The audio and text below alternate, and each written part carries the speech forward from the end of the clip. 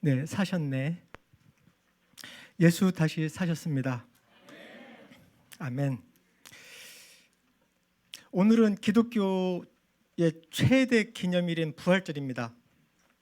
그동안 사순절을 보내고 특별히 지난 한 주간은 순환 주간으로 보내면서 인류를 구원하시려고, 아니요, 그냥 나를 구원하시려고 십자가를 향해 걸어가신 예수님의 발자취를 따라가 보았습니다.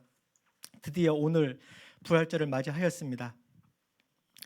2주 전에 그 2부 예배 설교에서 겟세마네 동산에서라는 제목으로 겟세마네 동산이라고 하는 한 장소를 중심으로 해서 일어난 일들의 포커스를 두면서 예수님의 순환을 집중적으로 조명해 보는 시간을 가졌었는데요. 오늘은 빈 무덤에서라는 제목으로 지난번에 2부 예배에서 말씀드렸던 것처럼 사복음서를 왔다 갔다 하면서 살펴보도록 하겠습니다. 우리가 어떤 사건들을 볼 때 다양한 관점으로 이렇게 볼 필요가 있죠. 그래서 우리가 신문도 뭐 이렇게 무슨 일보, 무슨 신문 이런 것들을 같이 한꺼번에 보는 거잖아요, 그죠? 요즘 이제 총선 유세 기간인데, 그죠? 그러니까 일보와 신문들을 다 같이 이렇게 보는 것들이 필요하죠. 예수님의 부활 사건도 그런 의미에서 이를테면 마태일보, 마가신문, 누가뉴스, 요한타임즈 뭐 이런 식의 신문들을 우리가 이렇게 한꺼번에 봤을 때 거기서 가짜 뉴스도 이렇게 걸러낼 수 있을 것 같고요. 요즘만이 아니라 당시에도 가짜 뉴스가 이렇게 유통되었던 것 같습니다. 바로 종교 지도자들에 의해서 만들어졌던 그런 뉴스들이 있습니다. 이제 그런 것들을 오늘 이 복음서들을 여기저기 살펴보면서 보도록 하겠습니다. 기본은 그동안 우리가 지금 큐티 해왔었던 매일 성경 본문이 마가복음이었잖아요. 마가복음을 본문으로 해서 살펴보도록 할 텐데요. 먼저 본문을 같이 교독을 하겠습니다. 제가 먼저 읽겠습니다. 안식일이 지났을 때에 막달라 마리아와 야고보의 어머니 마리아와 살로메는 가서 예수께 발라드리려고 향료를 샀다.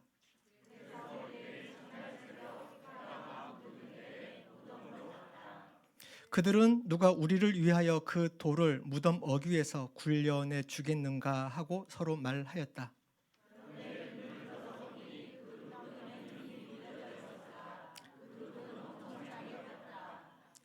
그 여자들은 무덤 안으로 들어가서 웬 젊은 남자가 흰 옷을 입고 오른쪽에 앉아 있는 것을 보고 몹시 놀랐다.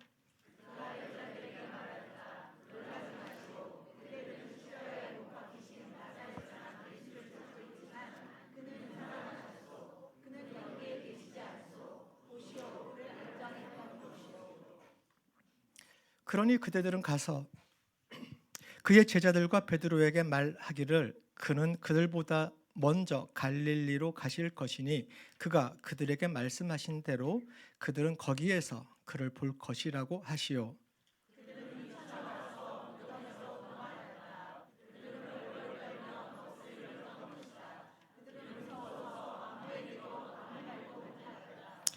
네, 마가복음 16장 부활절 아침 새벽에 있었던 일들을 기록한 기사입니다. 1절에 보니 안식일이 지났을 때에, 그리고 2절에 그래서 이레의 첫날 새벽 해가 막 돋은 때에 이렇게 기록을 하고 있습니다. 이 부활의 시점은 마가는 이렇게 기록했지만 마태복음에서는요, 안식일이 지나고 이레의 첫날 동틀 무렵 이렇게 기록을 합니다. 그리고 누가복음에서는 이레의 첫날 이른 새벽, 요한복음에서는 주간의 첫날 이른 새벽. 이렇게 묘사하는 단어들은 조금씩 다르지만 기본적으로는 안식일이 지나고 다음 날 첫날, 그러니까 지금으로 치면은 이제 금요일 저녁부터 토요일이 안식일이죠. 그리고 그 다음 날인 일요일 새벽에라고 기록을 하고 있습니다. 여기에 있어서는 그 4명의 기자가 동일합니다. 주일 새벽에 부활 사건이 일어났음을 말하고 있습니다. 네, 3절. 근데 막달라 마리아와 야고보의 어머니 마리아와 살로메가 그 새벽에 예수님께 발라드리려고 향료를 사서 지금 가고 있습니다. 가면서 걱정이 되는 거예요. 누가 우리를 위하여 그 돌을 무덤 어귀에서 굴려내 주겠는가? 누가 우리를 위하여 돌을 무덤 어귀에서 굴려내 주겠는가? 걱정하면서 무덤을 가고 있죠. 이게 참 우리 인간들이 사람이 보통 이런 것 같기도 합니다. 어마어마한 일을 당하거나 또는 어마어마한 일을 앞두고서 우리는 눈앞에 소소한 것들을 걱정하면서 살고 있는 모습입니다. 근데 사실 이것이 뭐 소소하다고 말할 수는 없을 것 같습니다. 이 여인들의 입장에서 보면은 마가가 기록하기를 그 돌은 엄청나게 컸다고 하거든요. 그렇기 때문에 실제적인 문제이기도 하고 그런 걱정거리가 되기도 하겠죠.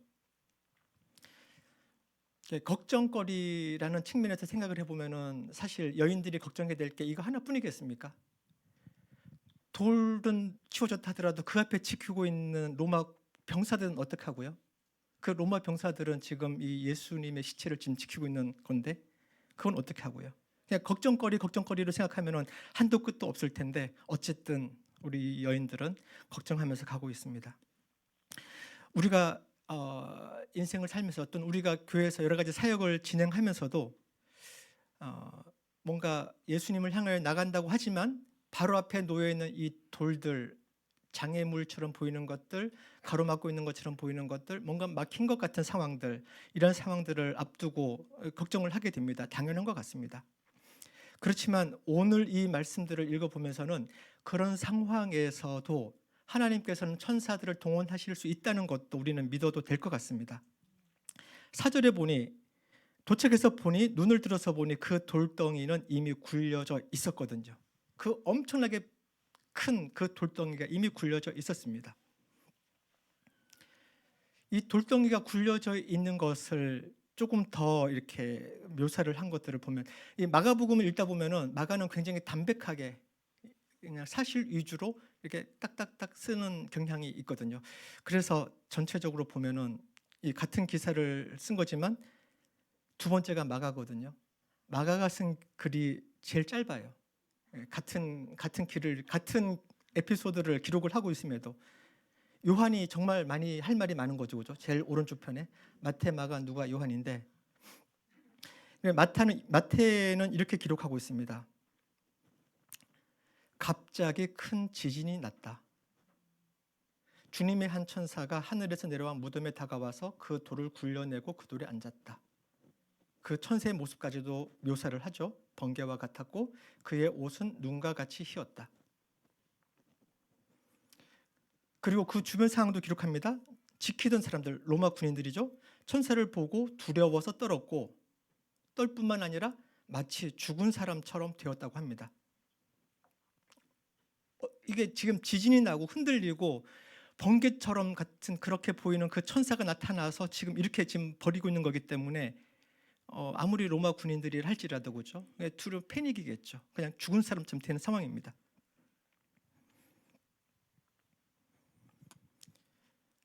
초자연적인 일들이 일어난 것이죠.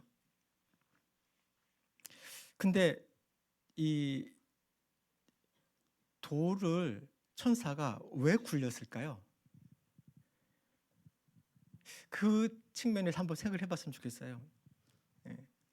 예수님이 부활하셔서 나오실 수 있도록 열어놓으신 걸까요?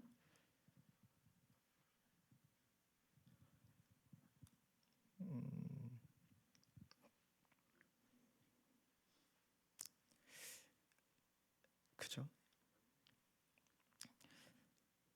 예수님은 사실 돌이 닫혀있든 안 닫혀있든 관계없으신 분이시죠. 지금 이 부활하신 예수님은 뒤에 요한복음에서 좀 더 살펴보도록 하겠습니다. 순전히 천사를 동원하셔서 돌을 굴리신 것은요, 순전히 지금 예수님께 그래도 어떻게 가보겠다라고 지금 길을 나선 이 여인들을 위한 거였어요. 그 걱정거리들을 하나님께서는 미리 해결을 해 놓으시는 거죠.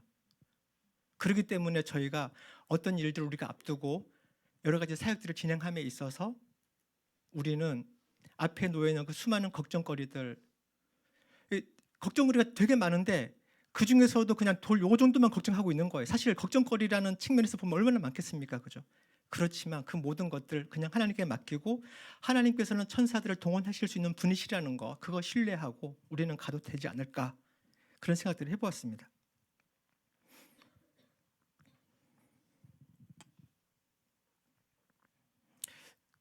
근데 이걸 읽다 보면은 이제 마태와 뭐 누가와 왔다 갔다 하면서 읽다 보면은 좀 이상한데 이런 것들을 보게 됩니다. 이를테면 이런 거죠. 마태는 주님의 한 천사가 이렇게 기록을 하죠.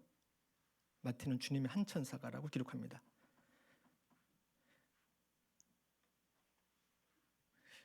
마가는 웬 젊은 남자가 이렇게 기록을 하고요. 그리고 누가는 흰 옷을 입은 두 남자가 이렇게 기록을 합니다. 그리고 요한은 천사 둘이 있었다고 합니다. 인상착의는 좀 비슷해서요. 전부 다 뭐 흰 옷을 입은 뭐 번개처럼 밝은 이런 거라고 하는데, 근데 인원에 있어서는 조금씩 다르게 기록을 하고 있습니다. 근데 이렇게 비교하면서 읽다 보면은 이것만 이상한 건 아니죠. 마가는 막달라 마리아와 야고보의 어머니 마리아와 어쨌든 마리아들과 살로메와 이렇게 갔다고 하고요. 그리고 마태는 막달라 마리아와 그냥 다른 마리아가 갔다고 합니다. 그리고 누가는 그냥 여자들은 이 정도만 기록을 해요. 그리고 뒤에 가서 생각이 난 듯이 마리아, 요한나, 야고보의 어머님 마리아 이렇게 기록을 해놓습니다. 그리고 요한은 애초에 이런 이름들도 기록하지 않고 그냥 막달라 마리아만 기록을 하고 있습니다. 그래서 등장인물들이 이렇게 서로 맞지 않네? 이거 그러면 뭔가 잘못된 거 아니야? 이런 의심을 좀 하기가 쉬운, 그렇게 기록을 해놨습니다. 기자들마다 전부 다르죠. 조선일보가 다르고 한겨레신문이 다르죠. 근데 사실은 이건 서로 맞지 않은 사실을 기록했기 때문에 거짓을 말하고 있다는 것을 증명하는 것이 아니라 사실은 오히려 진실임을 반증하는 것일 수 있습니다. 서로 이 기자들이 모여가지고 우리 이렇게 짜자라고 미리 작당을 한 게 아니라는 사실인 거거든요. 자기들이 본 시점에서 그냥 자기가 중요하다고 생각하는 부분들, 그런 부분들을 그냥 담담하게 기록을 하고 있을 뿐이거든요. 우리가 성경을 창세기부터 쭉 읽다 보면은, 그죠? 뭐 예를 들면 유다와 다말, 시아버지와 며느리 사이에 있었던 그 스캔들들, 이런 건 전부 다 감추고 싶은 그런 스토리일 텐데 그것을 그냥 담담하게 다 기록을 해놨습니다. 위대한 다윗 왕에 대한 기사들도 보면은 밧세바와에 있었던 일들은 사실은 좀 미화시키거나 아니면은 좀 더 다르게 기록을 할 만도 한데 있는 그대로를 다 까발려 놓듯이 이렇게 기록을 하고 있죠. 이게 성경이 있는 그대로를 기록하고 있는 모습들입니다. 바로 여기서도 있는 그대로를 기록을 하고 있는 것이죠. 서로 짜지 않았다는 증거입니다. 그리고 만약에 서로 짰다고 하면요, 이 부활의 첫 증인으로 막달라 사람 마리아를 내세우지는 않았을 거예요. 이 막달라 마리아의 이분은 전과가 있는, 전적이 있는 분이거든요. 7 귀신이 들렸었던, 그래서 사회적으로는 이제는 좀 이런. 근데 또 그 당시에는 여자는 사람으로 취급하지 않았었던 그런 때잖아요. 그래서 증인으로서의 여자들의 증인은 증거로 채택이 되지 않았었던 시대입니다. 그렇기 때문에 서로 짠다고 하면은 베드로라든지 아니면은 뭐 니고데모라든지, 그죠? 당시에 그 공회원이었던 아리마대 요셉이라든지 이런 사람들이 예수님이 부활하셨다라고 증언하는 것이 사회적인 어떤 그 신뢰를 획득하는 데 더 유리했겠죠. 근데 막달라 마리아, 이 사람의 말을 어떻게 믿겠어요? 이 여자인데, 전적이 있었던 그런 여인인데. 그렇지만 성경은 그런 거 가지고 이렇게 하지 않습니다. 있는 그대로 그냥 기록하는 것이기 때문에 그냥 막달라 마리아에 대한 그런, 막달라 마리아가 예수님을 최초로 목격한, 부활하신 예수님을 최초로 목격한 것으로 그냥 기록하고 있습니다.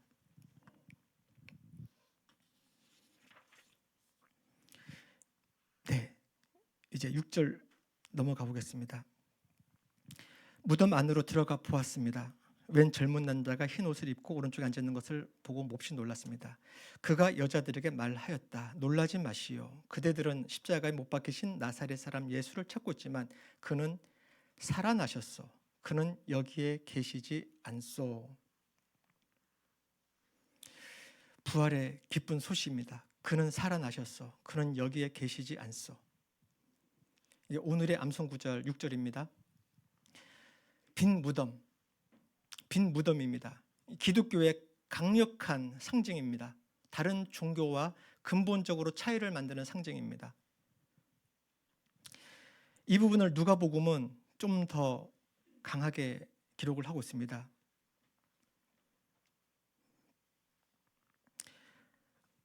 어찌하여 너희들은 살아계신 분을 죽은 사람들 가운데서 찾고 있느냐?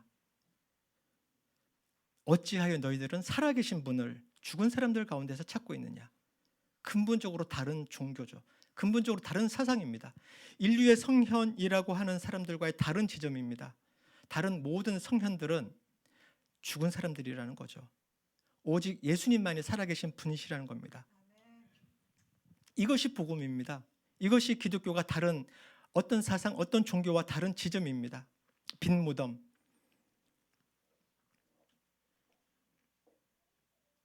그리고 이 천사는 이렇게 패닉 상태에 있는 이 여인들에게 이야기를 합니다.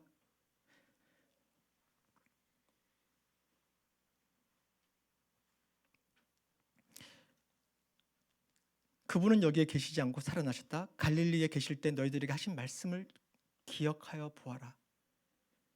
예수님께서 죽으시고 사흘 만에 살아날 것에 대한 것은 이미 세 차례에 걸쳐서 이미 이야기를 쭉 해왔던 것이거든요. 그것을 기억해 보라고 하는 겁니다. 인자는 반드시 죄인의 손에 넘어가서 십자가에 처형되고 사흘째 되는 날에 살아나야 한다고 하셨다. 이제서야 여인들은 예수님의 말씀을 기억하기 시작했습니다. 아, 맞아. 그랬었지. 근데 이게 지금 그 일이란 말인가? 어쨌든 이 여인들은 그것을 듣고 나서 이제 돌아왔습니다. 그리고는 11제자와 가룟 유다를 뺀 11제자와 그 밖에 모든 사람들에게 같이 모여 있었겠죠. 이 모든 일들을 알리게 됩니다. 그렇지만은 사도들은 이 말이 어처구니 없다는 것을 누구라도 어처구니 없다 이렇게 말도 안 된다 이렇게 생각이 되어졌습니다.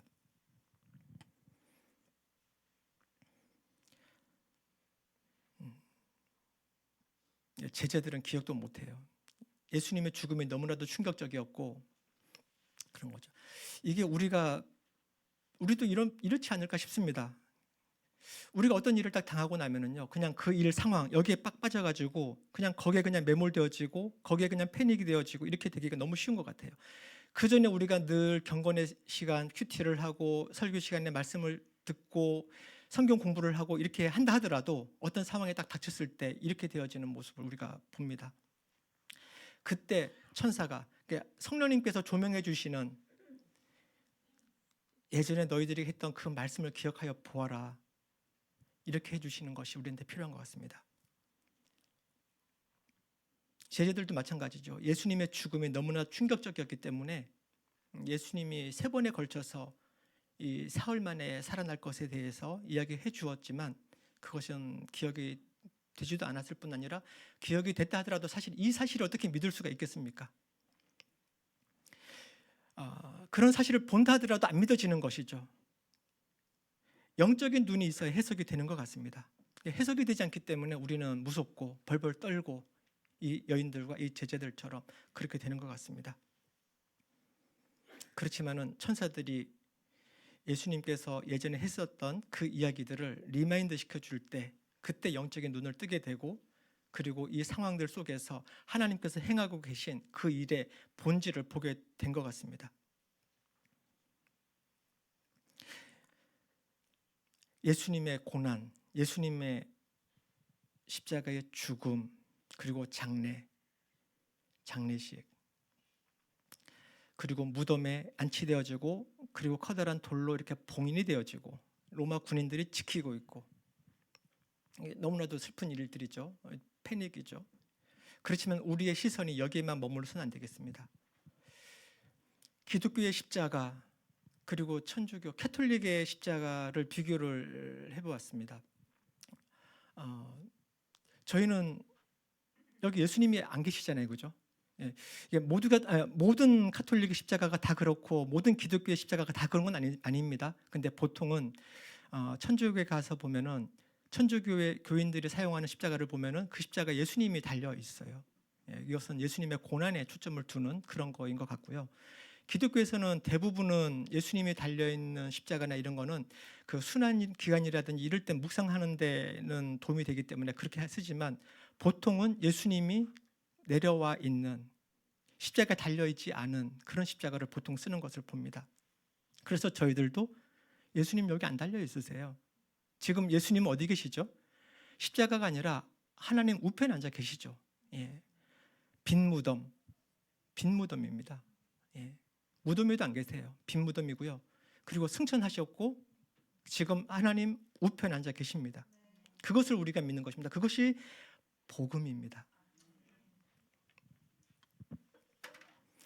지난 금요일까지 저희가 순환절 그리고 순환의 예수님을 묵상해 왔다면 오늘은 부활절입니다. 부활의 십자가, 빈 무덤을 기뻐하고 알려야 합니다.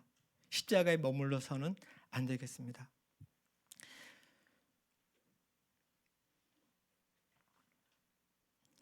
마태복음 28장 8절을 보겠습니다. 그렇기 때문에 무서움과 큰 기쁨이 엇갈려서 이렇게 나오죠. 이 무서움과 큰 기쁨이 교체되는 이 순간에 무슨 일이 있었던 것입니까? 부활하신 예수님을 만난 거예요. 부활하신 예수님에 대한 소식을 들은 겁니다. 그것이 무서움과 패닉에 빠져 있는 그 상황에서 큰 기쁨으로 바뀌게 되는 그 전환점입니다. 그것이 오늘이라고요. 부활절입니다. 빈 무덤입니다. 그것을 듣고 난 이 여인들은 가만히 있을 수가 없죠. 예, 맞습니다. 예, 급히 무덤을 떠나는 겁니다. 우리는 무덤에 남아있을 이유가 없어요. 무덤에서 우리를 이렇게 누르고 우리를 갖다가 끌어당기고 있었던 그곳에 계속 있을 이유가 없다고요. 우리는 무덤을 급하게 떠날 필요가 있습니다. 떠나야만 됩니다. 왜요? 이 기쁜 소식을 전해야죠. 예, 이 기쁜 소식을 전하는 겁니다.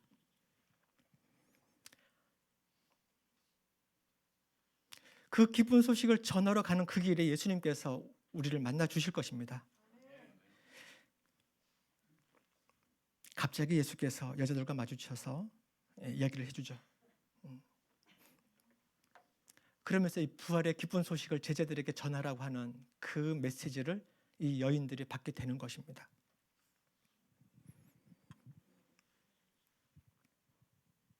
근데 우리는 알고 있으니까 이 빈 무덤이 기쁨이고 이런데 이 여인들에게는 이걸 알기 전까지는 얼마나 무섭고 두렵고 그런 일이겠습니까? 아까 지진까지 나고 막 그런 상황이니까요.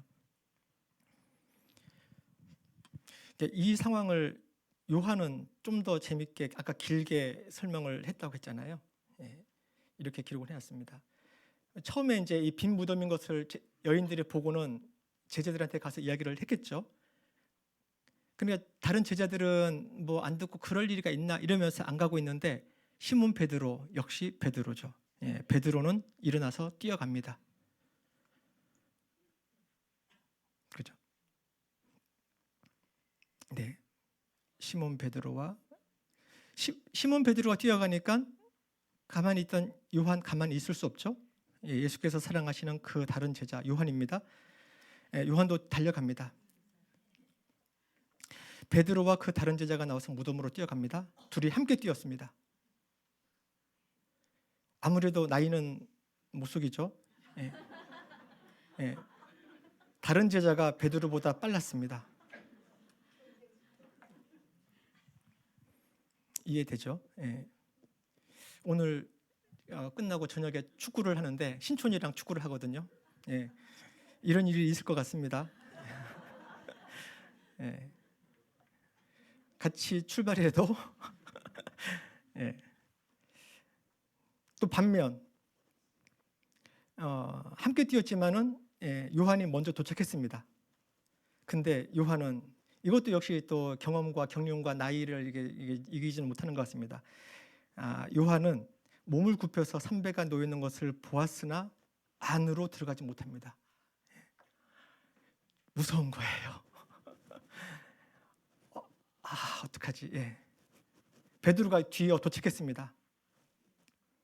베드로는 뭐 없죠. 뭐 그냥 들어갑니다. 그가 무덤 안으로 들어가서 보니 삼배가 놓여 있는 걸 봅니다. 예수의 머리를 싸맸던 수건은 그 삼배와 함께 놓여 있지 않고 한 곳에 따로 개켜 있었다. 이게 정말 예수의 머리를 싸맸던 수건은 삼배와 함께 놓여 있지 않고 한 곳에 따로 개켜 있었다.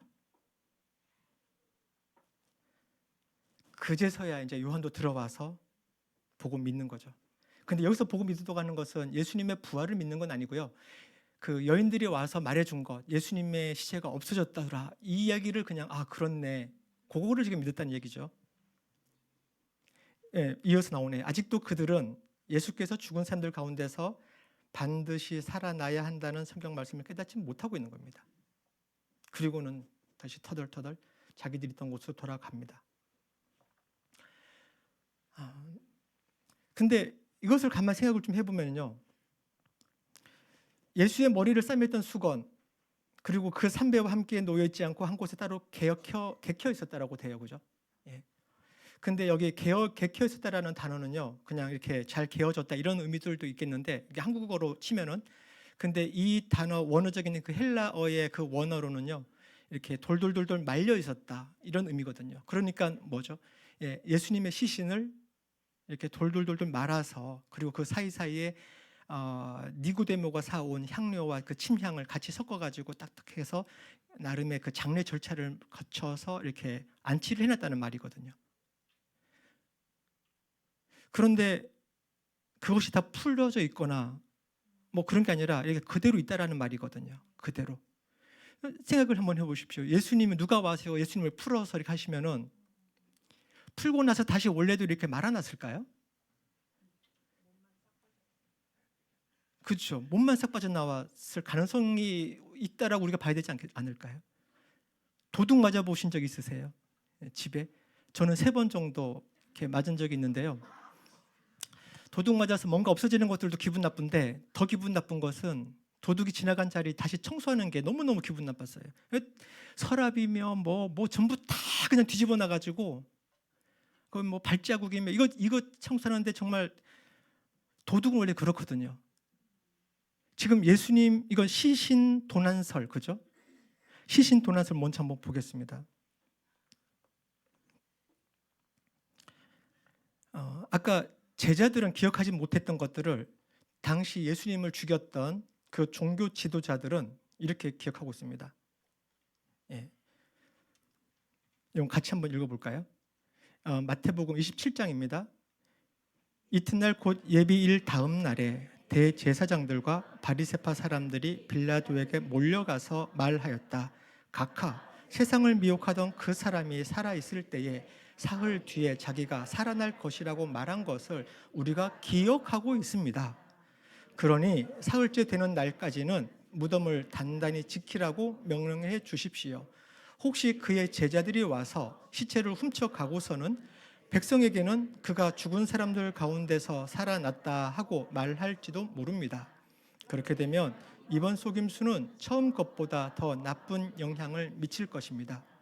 그러니까 빌라도가 그들에게 말하였다. 경비병을 내줄 터이니 물러가서 제 죽은 알아서 지키세요. 이렇게 한 거예요. 그러니까 그들은 물러가서 그 돌을 봉인하고 그리고 로마 군인들을 시켜서 이제 무덤을 단단히 지키게 합니다. 제자들이 기억하지 못하는 것들을 이 당시 종교 지도자들은 이미 계산에 넣는 거예요. 그리고는 제자들이 이런 식으로 할 것까지도 대비해서 이런 조치를 취하고 있는 것입니다. 부활 빈 무덤이죠. 근데 그 다음에 마태복음 28장에 이어서 이것도 같이 한번 읽어보겠습니다.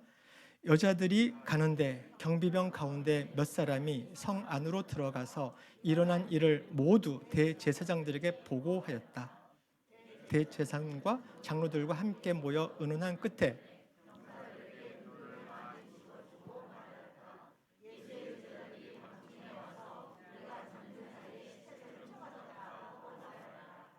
이 소문이 총독의 귀에 들어가게 되더라도 우리가 잘 말해서 너희에게 아무 해가 미치지 않게 해주겠다. 그들은 돈을 받고서 시키는 대로 하였다. 그리고 이 말이 오늘날까지 유대인들 사이에 널리 퍼졌다.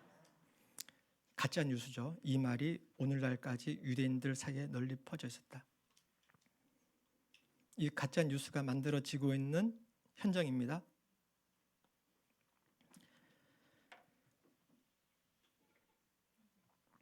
근데 요한이 기록하고 있는 것을 가만히 이렇게 보면은요, 이게 조금만 생각해 보면은 말이 안 되죠. 아까 병사들이 한 말이 뭐죠? 이 가짜 뉴스는 뭡니까? 예, 제가 이거 다시 한번 볼게요. 이들은 뭐라고 말하냐면요, 예수의 제자들이 밤중에 와서 우리가 잠든 사이에 시체를 훔쳐갔다고 해요. 대단한 병사들이죠. 잠들었는데 지금 제자들이 와서 훔쳐가고 있군, 다 알고 있는 거예요. 이게 말이 됩니까? 예, 잠든 사이에, 그죠? 이게 말이 되는 거예요. 이 자체로도 모순이긴 한데 어쨌든 이런 가짜 뉴스들은 먹히는 거예요, 그죠? 근데 요한이 기록한 것들을 가만히 보면은 아까 말씀드렸던 것처럼 이 계획혀졌다. 도둑이, 시신을 도둑하는 사람이, 어느 도둑이 시체만 싹 빼내고 그걸 다시 이렇게 말아놓는다고요.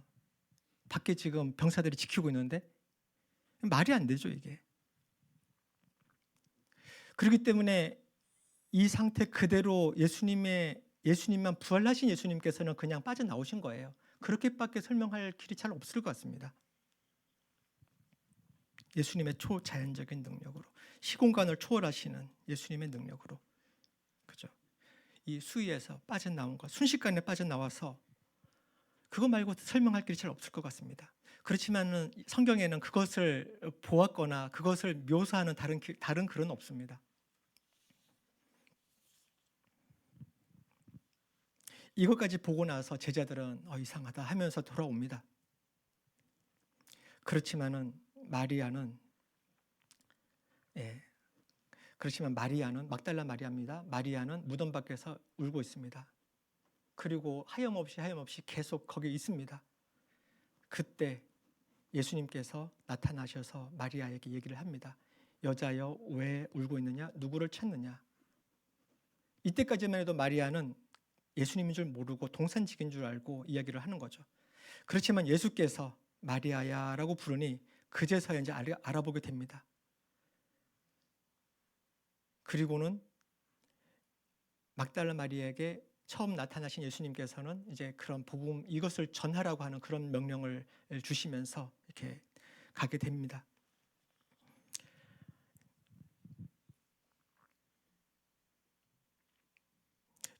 막달라 마리아, 빈 무덤을 처음 발견한 자, 그리고 예수님을, 살아계신 부활하신 예수님을 처음 만나게 된 여인입니다. 예, 증인으로서는 앉혀주는 여인입니다. 그런 것이 사실은 오히려 역으로 이 사실은 예수님의 부활은 사실일 수밖에 없다라는 것을 증명하는 그런, 역으로 또 증명하는 그런 증거가 될 것 같습니다. 예, 주님은 성경대로 부활하셨습니다. 예수님이 부활의 첫 열매가 되시었고요. 이제는 누구든지 예수님의 부활을 믿고 그리고 그 부활을 전하는 사람이라면 제2의 제3의 부활의 열매가 됩니다. 십자가의 죽음과 부활, 이게 우리가 믿는 복음입니다. 예. 예수님께서는 마가복음을 좀 읽다 보면은요,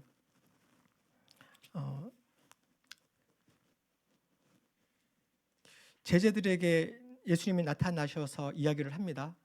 엠마오로 가던 제자에게 나타나서 이야기를 하기도 했고요. 그러면은 예수님께서 부활하셨다는 것을 듣고 보고 와서 또 다른 제자들에게 이야기를 하지만 믿지 않습니다. 읽다 보면은 아무 말도 못하였다. 예수를 목격했다는 말을 듣고서도 믿지 않았다. 되돌아가서 알렸으나 제자들은 그들의 말도 믿지 않았다. 계속 나옵니다. 예수님께서 야단을 치셔요. 믿지 않는 것에 대해서 야단을 치십니다. 너 나 배반하고 도망갔지. 이걸로 야단 치시는 분 아니세요. 예, 믿지 않은 거에 대해서는 야단을 치십니다.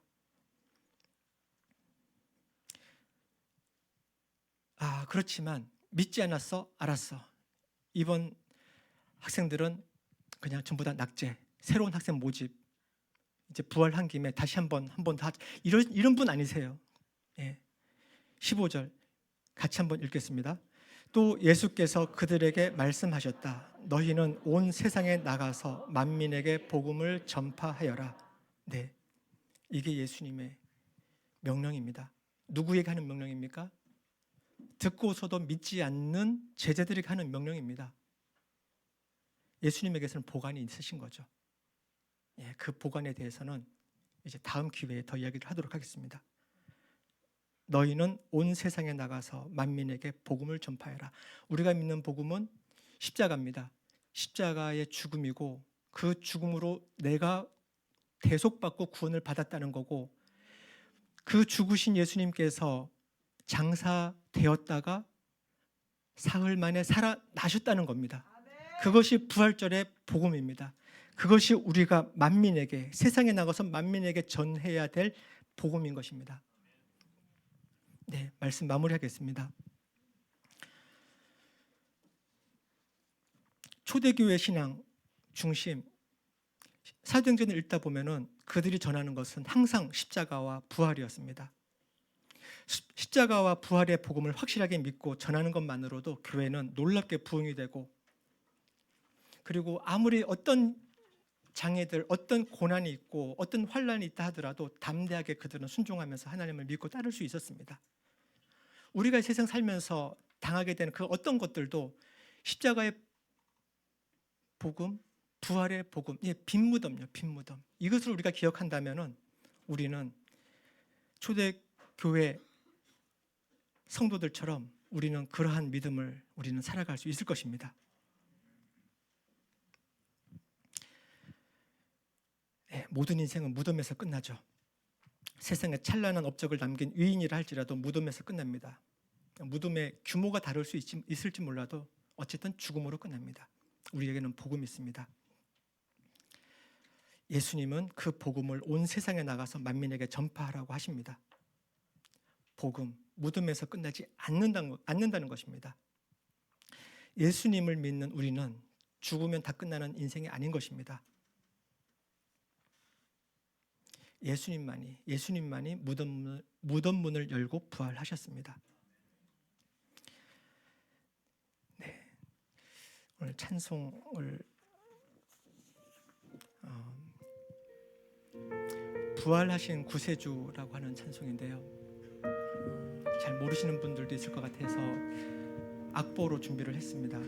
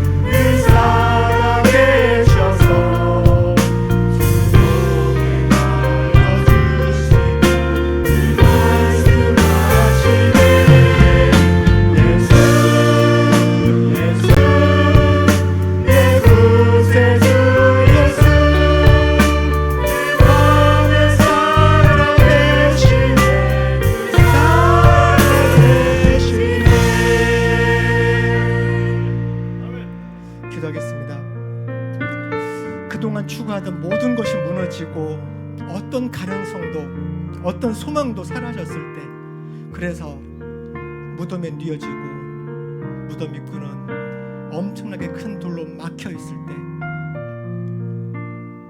내가 믿었던 모든 것들이 무너진 그 밤, 그런 밤을 우리는 지나가기도 합니다. 그래도 새벽에 우리는 무덤으로 가야 됩니다. 그곳에서 하나님께서는 열린 무덤을 준비해 주십니다. 빈 무덤을 우리는 보게 될 것입니다. 그것이 이 부활의 아침에 우리에게 주시는, 하나님이 우리에게 주시는 복음입니다. 빈 무덤, 우리가 전해야 될 복음입니다. 아버지 하나님, 이 부활의 아침에 주님께 정말 그 감격, 그 감동, 그 감사를 올려드립니다. 십자가의 능력, 그리고 이 빈 무덤의 이 복음을 우리가 세상에 나가서 만민에게 전하겠습니다. 아직 우리가 그 능력이 없다 할지라도 하나님께서는, 예수님께서는 그 믿지 않는 제자들에게 세상에 나가서 만민에게 전하라고 하셨습니다. 우리에게 동일하게 하시는 말씀인 것을 믿습니다. 성령님을 사모합니다. 성령님과 동행하며 그 일을 감당하게 하여 주십시오. 감사합니다. 예수님 이름으로 기도했습니다. 아멘.